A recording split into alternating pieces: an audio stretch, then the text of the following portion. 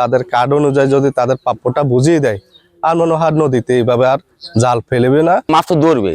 জেলের কার্ডে অনেকের চাল দিচ্ছে না, কোনো অনুদান পাচ্ছে না। প্রশাসন আসে পাকে পাকে, জাল নিয়ে যায়, কারে দূরায় দাপায় চলে যায়, আবার প্রশাসন চলে গেলে আবার তারা মাঠে নামে। প্রশাসন আসি, এই যে জেলেগুলো মাছ ধরে ওদের সাথে বসি, তাদের কার্ড অনুযায়ী যদি তাদের প্রাপ্যটা বুঝিয়ে দেয়, আর মনে হয় নদীতে এইভাবে আর জাল ফেলবে না, মাছও ধরবে না, তাদের পরিবার পরিজন নিয়ে ব্যস্ত থাকবে। তাদেরকে উঠে যাওয়ার জন্য বলা হয়েছে এবং আমরা যখন আমাদের নজরে আসে সেটা আমরা অ্যাকশনে নেই। এখন যে কেউ যদি গোপনে করে ফাঁকি দিয়ে করে, সেটা তো অপরাধ তো বিভিন্নভাবে সংগঠিত হতে পারে এটা। কিন্তু আমরা আমাদের তো কাজ অব্যাহত রেখেছি, আমাদের প্রতিদিনের অভিযান চলে।